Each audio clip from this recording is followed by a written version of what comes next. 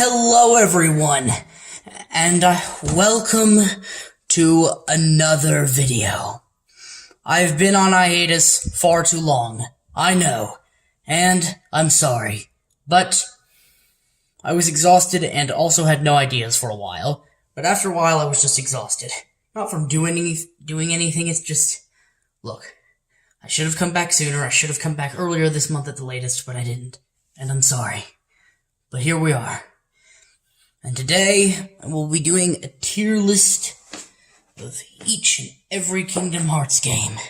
Or at least, the ones I know about. Now, I have not played any of the Kingdom Hearts games, but I have watched many playthroughs of them, and I've watched many story breakdowns of them as well. So, what I will be doing is ranking them based on story, designs, and how the gameplay looks to someone who hasn't actually played them.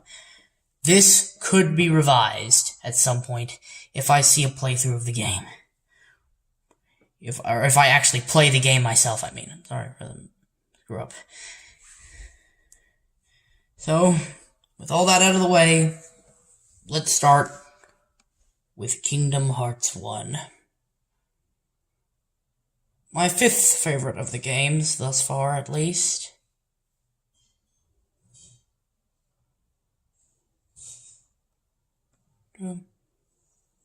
Final mix is always going to be better than the original. Kingdom Hearts 1 is fun.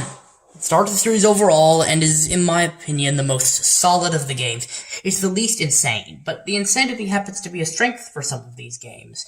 So, in any case, madness within madness, darkness within darkness, all that good stuff. However, before Kingdom Hearts became madness within madness, it was simple and clean, so to say. So to speak. Whatever terminology you want to use.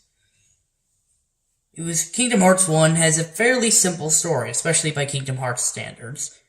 Really simple by Kingdom Hearts standards, actually. Sora, Riku, and Kairi are all children on the island. Kairi's unconscious, Sora's the hero, and Riku is seduced by the villain. But said villain's nature was mysterious. It was left as an open thread for future games to explore. And boy oh boy, did they ever explore it.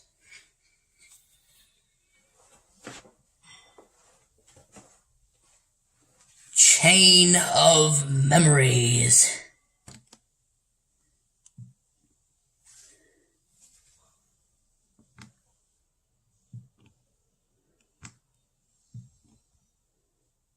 Obviously, it goes without saying that the remastered is better than the original in every way.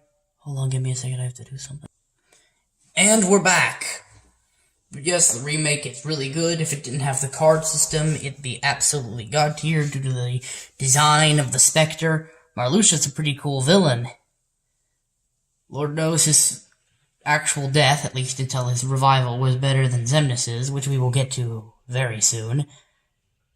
Now, this is where the story starts getting quite convoluted. Whether or not you like that or not is really subjective. You see, I don't believe in the concept of objectivity.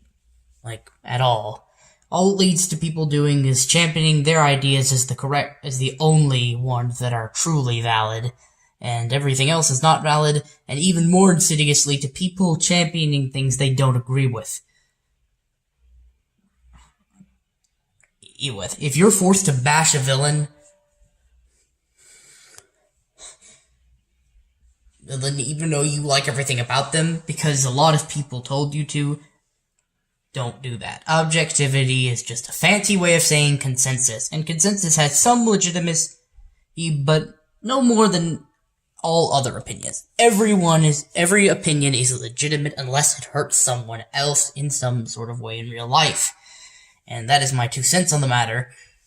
Chain of Memories is a pretty fun, albeit very convoluted story. And let's go into, detail about that. Basically, Marluxia is an epic final boss. Not as good as Ansem Seeker of Darkness from the first game. Side note, the final phase of his fight is so good. Looking in the Dark, as it's called in English, because I cannot pronounce his actual name. I'm so sorry to Italian people for that. I'm very, very sorry. Genuinely. I'm incredibly sorry. Looking in the Dark, as it's translated to in English, is the big finale song for Ansem Seeker of Darkness. His motif, so to speak. His villainous motif. His violent villainous motif.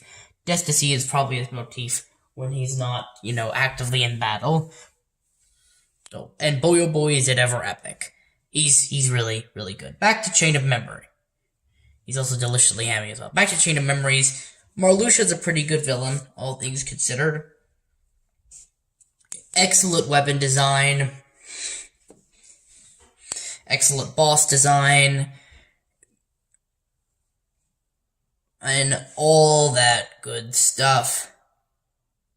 And thus, with all of that in mind, we arrive at Kingdom Hearts 2.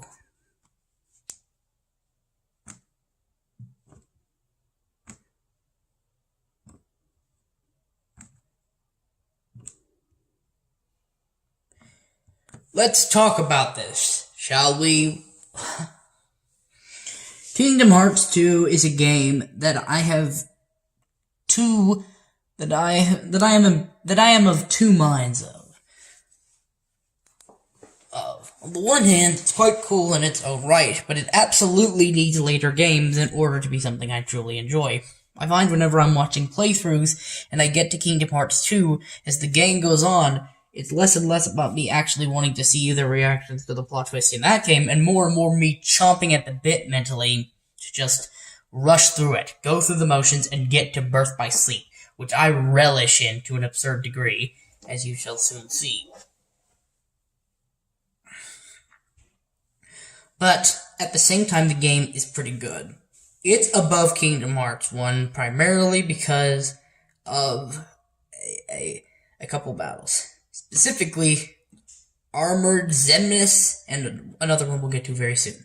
Now, Armored Xemnas is pretty good. Let's go into Xemnas for a second.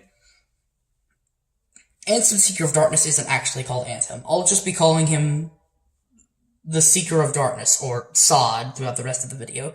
Sod is the heartless form of Xehanort, and Xemnas is the nobody form of Xehanort. Did I mention this video contains massive spoilers for the entire Kingdom Hearts franchise? Because if I didn't before, it does now. Please, do not watch this video until you've either watched a story breakdown or playthrough, or played the games yourself. They're absolute madness, and you should experience them that way. Carrying on, Xehanort destroyed Radiant Garden, banished Ansem the Wise, stole his name, and became Sod and Xemnas. He's half dead, but he still needs to be fully dead, though this will actually just recomplete him. As said in 2007, ancillary material to Kingdom Hearts 2 Final Mix, Coded, and of course Dream Drop Distance. Xehanort, ultimately, it's a specific goal in mind. Now, what is that goal, you may ask? Darkness within darkness, nothingness within nothingness, and X-Blade within X-Blade, all to obtain Kingdom Hearts within Kingdom Hearts to create balance within balance. What is the X-Blade? If this is your first exposure to the franchise, you're gonna have to wait a little bit longer to find out. Regardless, I can't deny that in spite of Xemnas' final death being underwhelmingly quiet and a bit too short, or and what I mean by that is, it's a bit too short. If it had been a little bit longer and a lot louder, I would have been happy. A bigger explosion,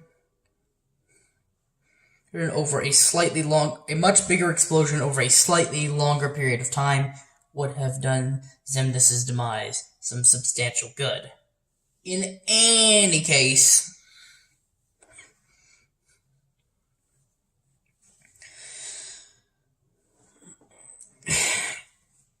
Xemnas' fake-out death is pretty good. Both of them are, actually. But especially the middle death. It's like, I need more rage. I need more hearts. And then he says to Sora, unfortunately, I don't. And Sora had already asked, Don't you remember what it feels like to have a heart? And that was his response, obviously. Well, yeah, pretty good voice line. But, for all intents and purposes, Xemnas was destroyed at the end of his final battle, which is only second or third place, but probably second place. I just wish he'd had a vastly expanded moveset. Final Xemnas needed a bigger moveset, a bigger explosion, and a slightly longer death. He needed a louder and longer death, and a more expanded moveset. If he had had these things, then I would be rating him much higher. He still wouldn't go to first, but here his second place position is highly ambiguous, and only because I haven't fully thought out the rankings yet. The first place boss is the thing that kicks this game above Kingdom Hearts 1. It's the Lingering Will. I still maintain that this guy is the hardest boss in the series. Or at least, I really don't want to give opinion on major spoiler character for Kingdom Hearts 3. Yozora, one way or the other. Just know that Lingering Will looks better, so to speak.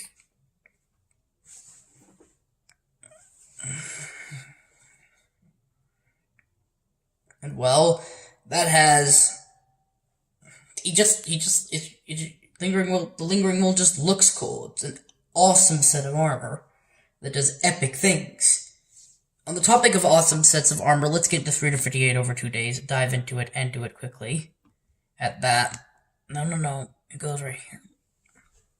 358 over 2 days is a game I have no relationship with. It's probably one of the Kingdom Hearts games I have the least exposure with. And I don't know if that's a good thing or not. I should be giving it more time of my day than I'm giving the likes of Coded/Recoded, which we will get to very soon.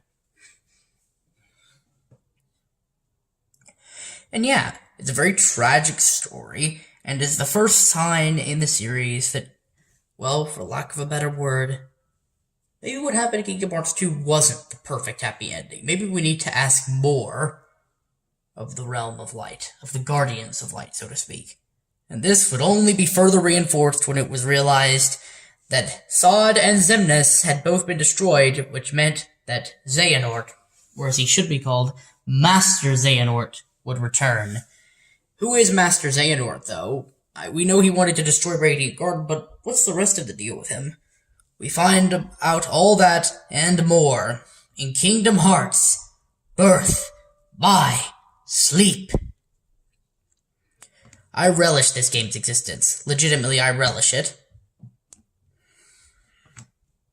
To a ridiculously absurd degree. It is legitimately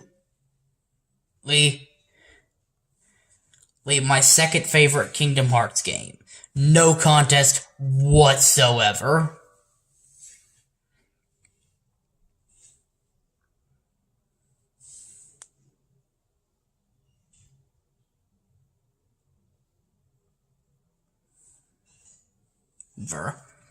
It is absolutely ascendant on the plane of gameplay and story, and I haven't even played it, and I can safely say its gameplay is epic. Everything from Kingdom Hearts 2 is taken and expanded and widened further and further.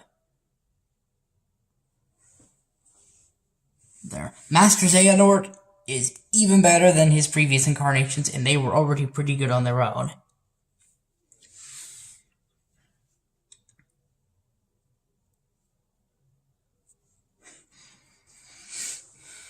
And ultimately,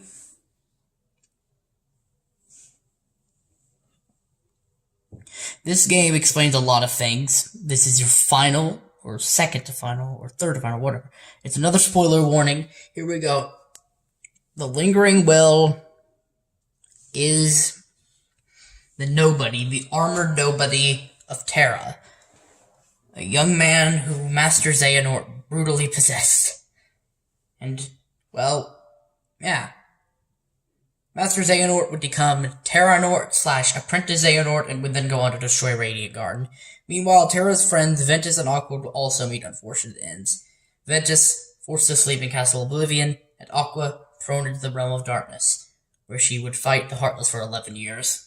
Now, obviously, this is all in the progress. We got some epic gameplay, epic story, and of course, Vanitas. Now, Vanitas is what I can describe as the Palpatine of Kingdom Hearts, while Master Xehanort is actually the Darth Vader of Kingdom Hearts. Now, if you've seen the game, you might be asking, what? Now, why Master Xehanort is the Darth Vader of Kingdom Hearts is something I really can't get into just yet. But there's a very important reason behind it that will be very interesting to know later. So on we go to my least favorite game in the whole series. Coded / Recoded. In a series where every game serves a purpose, this one sticks out like a sore thumb. The series is infamous for every spin-off game being important. Whether or not you think that's a good thing or a bad thing depends on preference. I think it's a good thing, but this one is just inexcusable. If you like your spin-off games to be something you don't have, if you like the spin-off games to be something you don't have to play, hey, you like it where the spin-off games is just, a spin-off, there's nothing relevancy. That's just it. This is the spin-off game. Really, Birth by Sleep is not a spin-off game. Chain of Memories and 350 over 2 days are closer to a spin-off game. But both Chain of Memories and 358 over 2 days are ultimately still important. Even if you don't play them, you should watch them. The Birth by Sleep. If you're going to play 1 and 2, you should also play Birth by Sleep. Preferably, what you do is you play Kingdom Hearts 1, you watch 358 over 2 days, you play Kingdom Hearts 1, you watch Chain of Memories, play Kingdom Hearts 2, watch 358 over 2 days.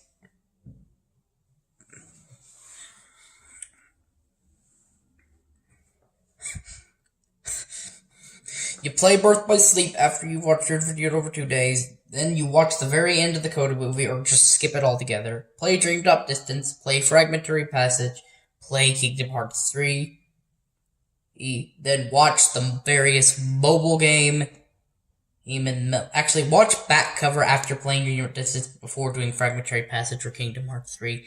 Then after that, you can branch out into the rest of the mobile games, the gotcha game, so to speak, and of course Melody of Memory, which is a rhythm game. I highly recommend you just watch the cutscenes of that one.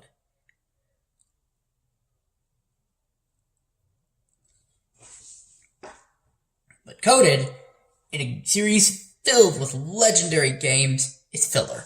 Unapologetic filler. It's not bad, it's just mediocre. I expect more from Kingdom Hearts than this, and I'm unsatisfied. So here we are.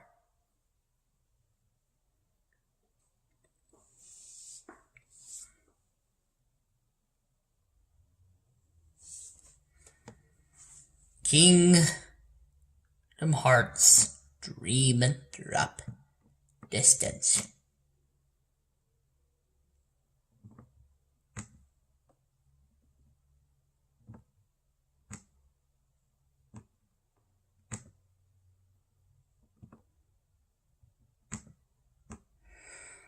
Now, Dream Drop Distance is a game that I have, I love it. I'm a bit of a contrarian in that department, but I absolutely love Kingdom Hearts Dream Drop Distance, my third favorite Kingdom Hearts game.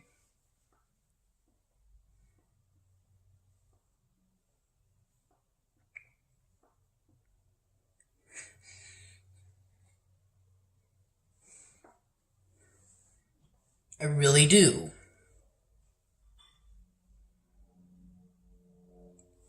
Genuinely, well and truly. Love Dream Drop Distance. I love me. I'm already half Xehanort. Darkness within darkness awaits you. I still had no idea I was talking to myself, and all those other legendarily stupid voice lines. Side note, my impersonations are going to be absolutely terrible, so forgive me for that. I will never view it as a jumping the shark moment, and to those who do dislike it, I understand. I just don't agree in the slightest. My third favorite Kingdom Hearts.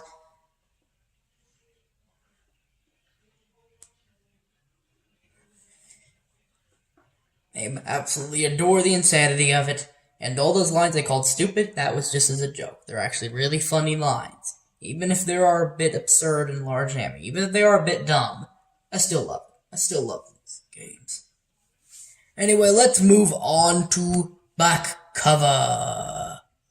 This goes right here. Key is above back cover here. So let's keep going. Yeah, Masters, Foretellers, Lucio, all that good stuff. And a good chunk of it's in a gacha game. Game that you could watch on YouTube. Oh boy, is it funny. I love seeing people get angry about this for no discernible reason. Anyway, Fragmentary Passage. Fragmentary Passage is a game I frankly have weird feelings on.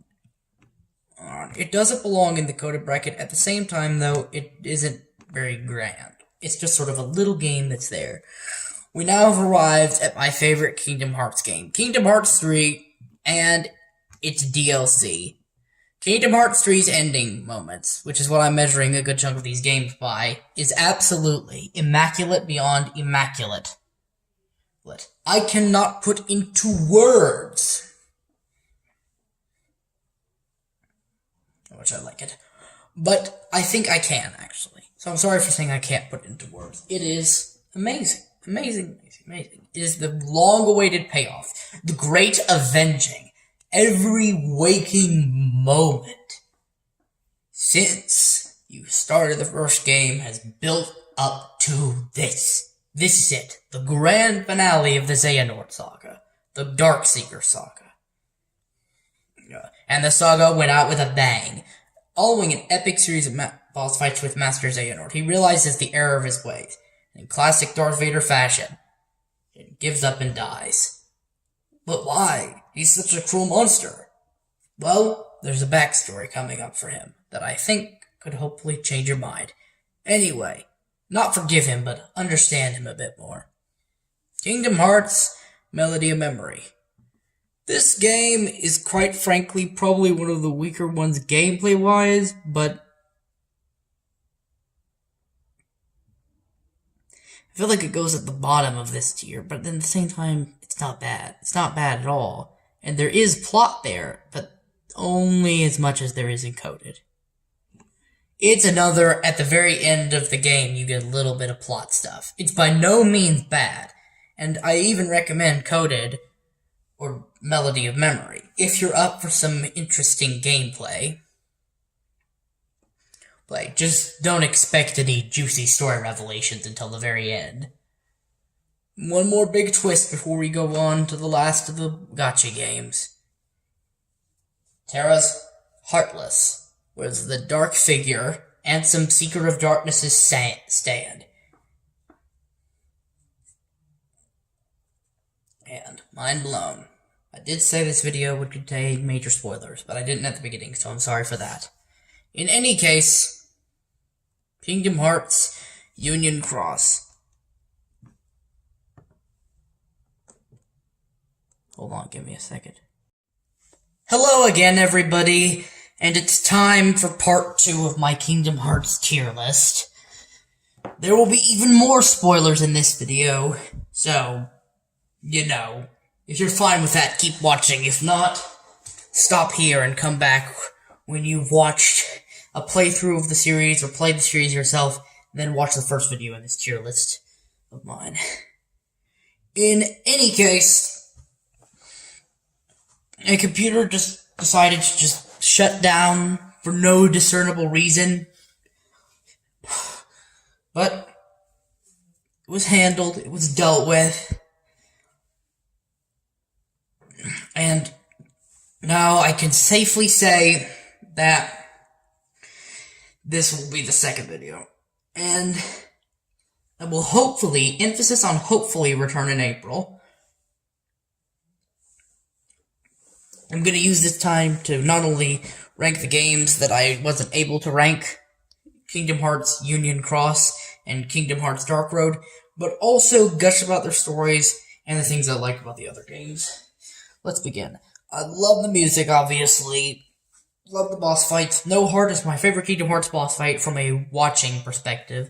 At least, it is what I call the Lord of Agony. Otherwise, let's talk about the X series a bit. So, Master of Masters, who I'll be calling Super Bia from now on. Super Bia is Master of the Foretellers.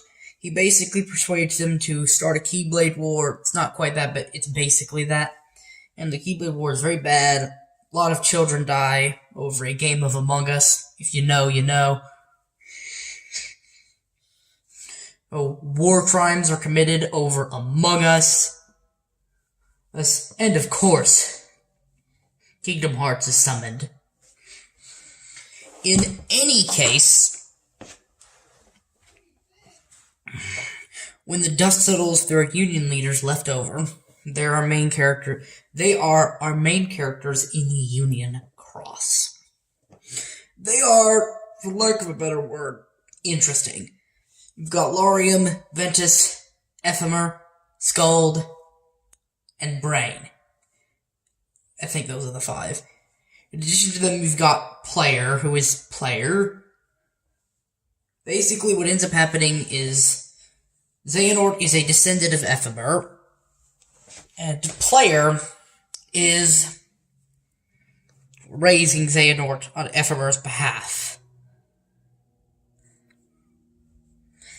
Union Cross does an excellent job at making you feel unsatisfied. There's no satisfying or stylish boss battle. You don't even get the satisfaction of fighting a cool stand or suit of armor like in 315 over 2 days. It's just straight up dissatisfaction. This game knows how to make you feel unsatisfied.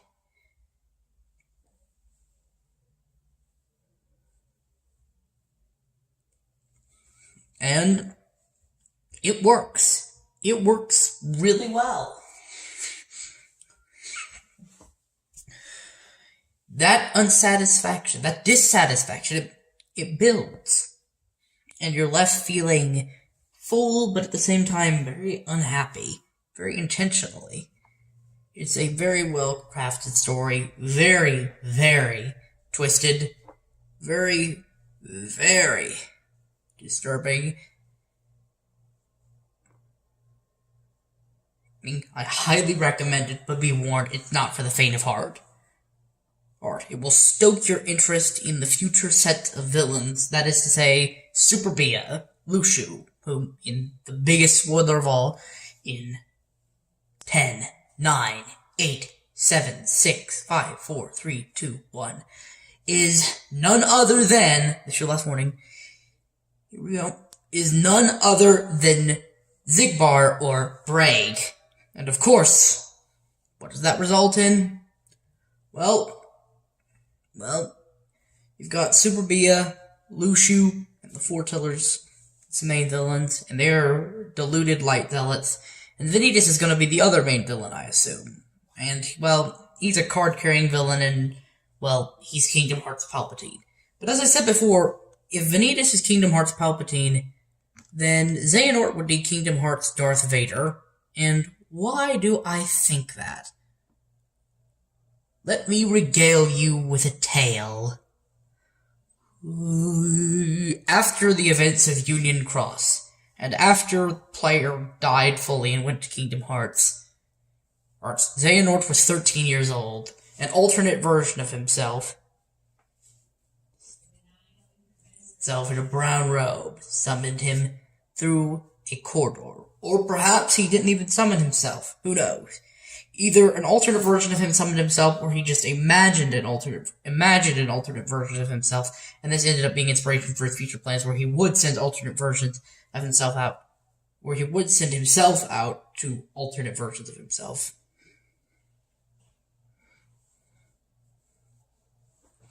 Obviously leading to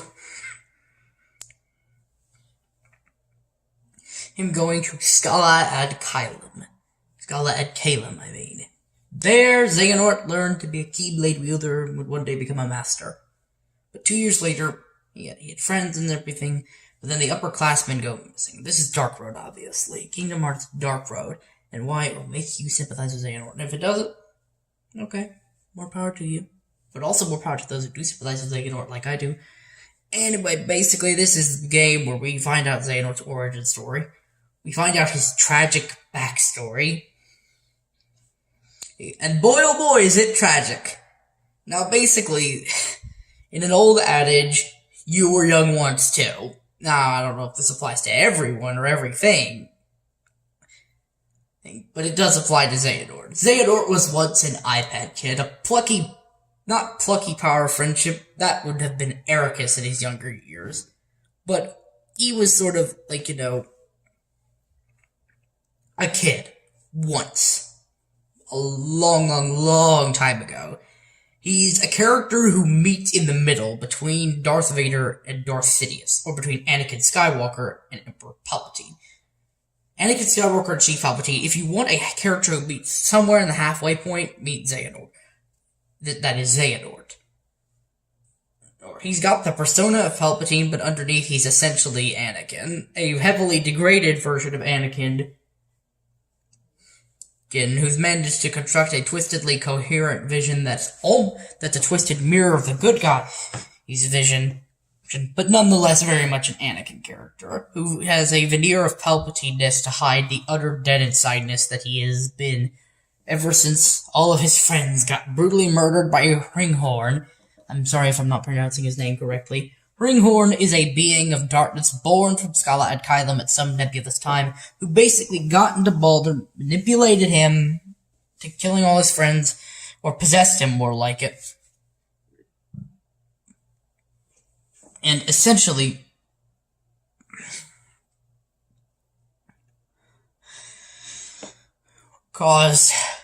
fricked a lot of stuff up.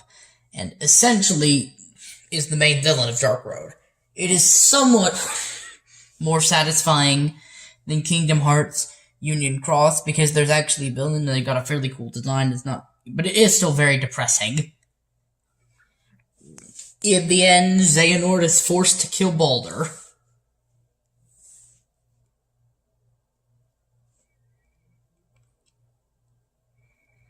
And comes out of the experience a much more depressed character. An award goes to Master Odin for utter incompetence. Complete and utter incompetence. It's like the award for the most incompetent fool goes to Master Odin. And I think Odin himself realized this. Despite theories, Odin is not Yen Sid. Instead, Odin is Xehanort and Ericus' master, who has been implied since birth by sleep. They've been implied to exist since birth by sleep.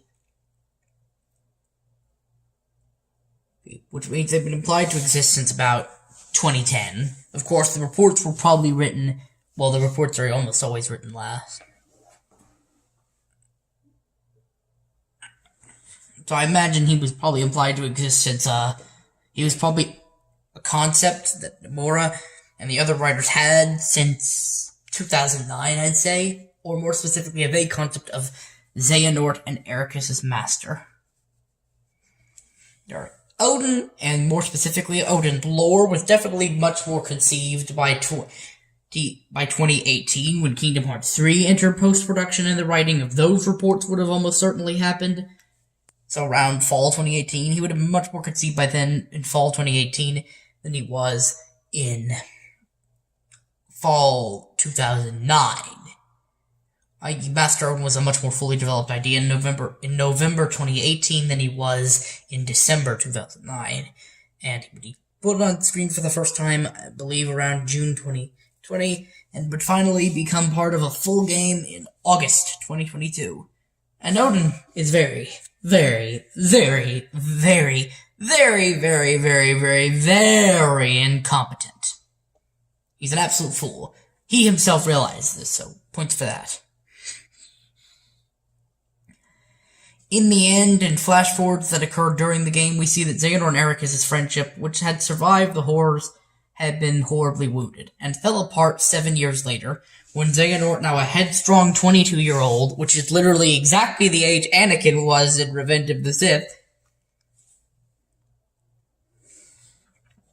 yet decides that he will use Kingdom Hearts, and he will force a balance between light and darkness. Yes, for it is the imbalance that has caused all this pain. He is neither an extremist of darkness nor an extremist of light. He fights for neither darkness or light, nor either light nor darkness. He is a champion of the balance, the in-between, which is where Xendis' name, the Superior of the In-Between, is retroactively made to come from. He is the seeker of darkness, but he only seeks the darkness because the light is dominant. Were the darkness dominant, he would be the seeker of light. But really, this is a secondary title. He is ultimately the superior of the in-between. He lives to make sure there is balance between light and darkness. And that's so compelling because he's essentially just a twisted mirror version of the main characters. The heroes and the villain have exactly the same goal. That is an interesting concept.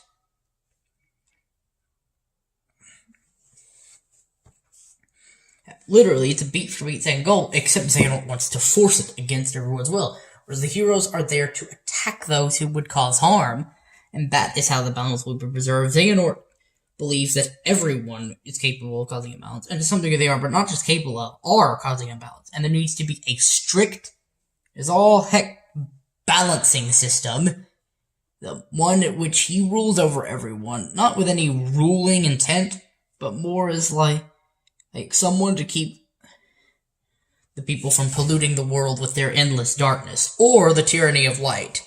Essentially, the false darkness and the false light have ruined everything in Xehanort's eyes, and the good guy's eyes, and only the sacred light and the sacred darkness can be allowed to exist, because the sacred ones live in peace with each other. Their sacred light and sacred darkness are at peace with each other, but false light and false darkness are not. The false light is Super Bia, Luxu, and the Foretellers, and the false darkness, or the unsacred darkness, is Vanitas. Yes. These are the two extremes, and Xehanort is the extreme balance, and that is what makes him so compelling. And seeing this tragic backstory that fully explains his nature, why he would end up loathing both darkness and light in extreme quantities, that is to say, the tyranny of light, represented by Odin, and the false darkness that pollutes people's hearts, represented by Ringhorn, almost certainly shaped him. Xehanort is a character that I am fascinated by. I psychoanalyze him for fun sometimes, and it well and truly does vex me how he can be disliked. But hey, more power to you if you do dislike him. Ultimately,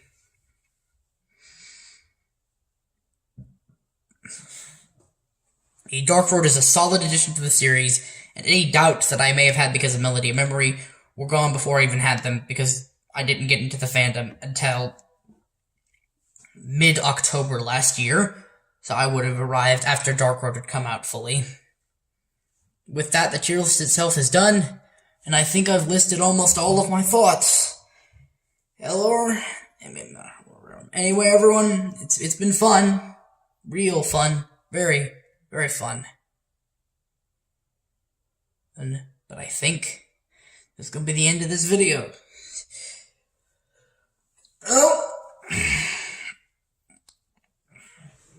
I hope you all enjoyed the video. Sorry I've been gone so long.